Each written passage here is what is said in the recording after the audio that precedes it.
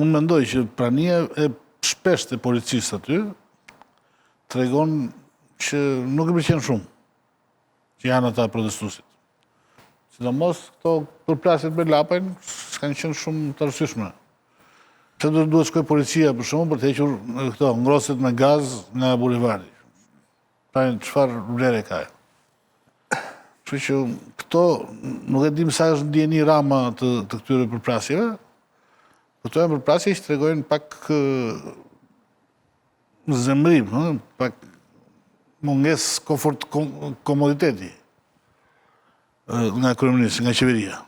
Sepse një qeveri që nuk do t'ja di fare për ata që rinë poshtë, siç e tha Rama në konferencën e fundit të vitit, që ata kanë detyrën të rinë aty, unë kam detyrën të rinë zyrë, nuk ka asnjë arsye të merret me 20 protestuesit apo 30 protestuesit apo 200 protestuesit që janë poshtë, apo dhe 2000 qofshin apo 20.000. Mendoj që konteksti i protestave është ajo që shqetëson opozitën, në mos protestat në vetvete.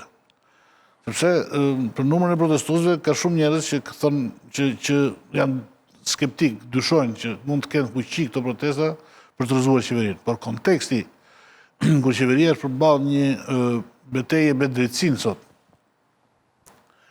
në dy çështje shumë të rënda korrupsioni, dhe ku duket se Rama nuk po e kontrollon dot të segment drejtësisë, këto protesta duket se janë të lidhura me këtë proces. Pra duket se ka një proces, sikur ka një si themi një organizim, një sabotim që po i bëhet qeverisë së tij për ta rrezuar sa më shpejt. Dhe unë besoj që në këtë kontekst ai sigurisht që nuk është i qetë dhe këto reagimet policisë tregojnë që munges qetësie nga qeveria. Tani zoti Lapaj ka gati një muaj që qëndron aty para kryeministrisë me njerëzit e tij. Sigurisht Ramos i shkon përshtat fakti që nuk ka shumë njerëz bashkë me Lapajn që të qëndrojnë para kryeministrisë. Pyetja është që policia pse duhet të shfaq këtë formë agresiviteti ndaj Lapajt dhe njerëzve që po qëndrojnë para kryeministrisë me një çadër të improvisuar, me 2 ngrose gazi, dhe pse duhet krijoj ato skena, pra 20-30 polic, më tepër se numri i njerëzve që qëndronin atje, duhet shfaqen ato shenja agresiviteti. Ata 20-30 policët që shkuan të dielën te Lapaj dhe prishën gjithë skenën përpara kryeministrisë, fare mirë policia mund t'i përdorte për t'i çuar te segmenti nga Prrenjasi në Elbasan, ku 10 mijëra njerëz heqin picir për të lëvizur në një rrugë kombëtare. Nga Prrenjasi deri në Elbasan ti mund të shohësh gjithsej 5 polic që vetëm prishin punë, nuk rregullojnë punë, dhe është 30 polic që të shkojnë para kryeministrisë për të mos prishur dekorin festiv të kryeministrit.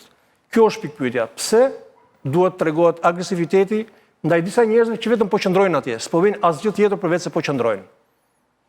Pse thua, po ti ke kuptuar gjë, pse e bën? Nuk i gjej një arsye fakti që policia shkon atje me furgon, i merr me forcë, u merr mjetet e tyre, i kishin marrë çantat, i kishin marrë ngroft. Ja të lidhemi pak me zotin Lapaj se, ore, kjo tani sigur edhe në Amerikë ti ishte kaq larg. Ku e keni më? Nuk është Lapaj këtu më, zotrini. Këto janë skenat e protestës. Këto janë të vjetra. Për më shkruajtën që është. Ja, okay. Zoti Lapaj mirëmbrëma, gëzuar vitin... Gëzuar. Ore, ty ta hodhën koka te apo të ra që i në spital? Dhe qisha jo?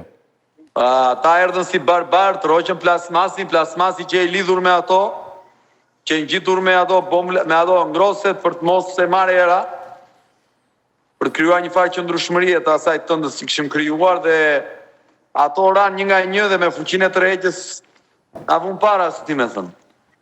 Se decidiova unë nga dikush nga ta, po s'ta them se dikush, dhe me thënë nga niveli poshtë aty që kanë qenë, si të shpëtuam nga kjo njeri që nga me fat thanë.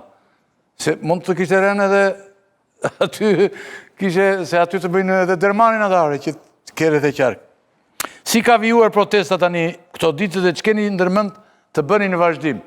Se duke tani se A ka në një zhvillim, o zotri, se po ndonjë aty mund të rishte gjithmonë, po çfarë? Po ju jeni dëshmitar të dhunës barbare të djeshme pas protestës së dytë, që nga sa duket numrat po shtohen, edhe pse unë nuk është se e kam shumë e merak atë pjesë, me thënë drejtën se cili e di vetë atë punë, po e patë përplasjen masive dje, 300 policë sollën për 2 tënda përballë 30 vetave.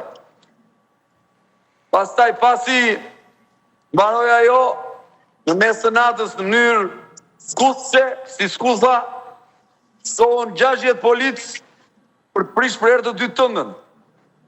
Tani, nëse ju duket që Edi Rama është rehat dhe vjen për sport, dhe sjell 300 policë për të goditur të që ne po bëjmë, atëherë mund ta mendoni, po unë them që kjo e ka shqetësuar aq shumë sa ai po del nga vetja dhe po bën gjëra që nuk duhet i bënte.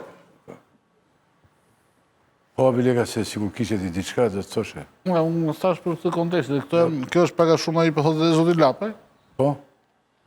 që kontekst që kjo që po ndodh, atë e ka nxjerr pak nga vetja dhe ka humbur qetësinë. Por a është ky moment oportun, duhet të pyes zotin Lapaj, është ky moment oportun që bashkohen forcat tani, meqense duket që qeveria ka humbur qetësinë? Të bashkohen forcat me gjithë opozitën. Dhe Po, për shkak të një konteksti të favorshëm, opozita mund të arrijë diçka. po zotja Bilegaj, është detyrë madje e të gjithë qytetarëve në opozit, nuk dua t'i ndaj sipas partive, po dua të them çdo qytetar në opozit duhet të përballet dhe të jetë përballë këtij njeriu i cili kërkon të vrasë çdo qeliz lirie në këtë vend dhe ja ka dalë.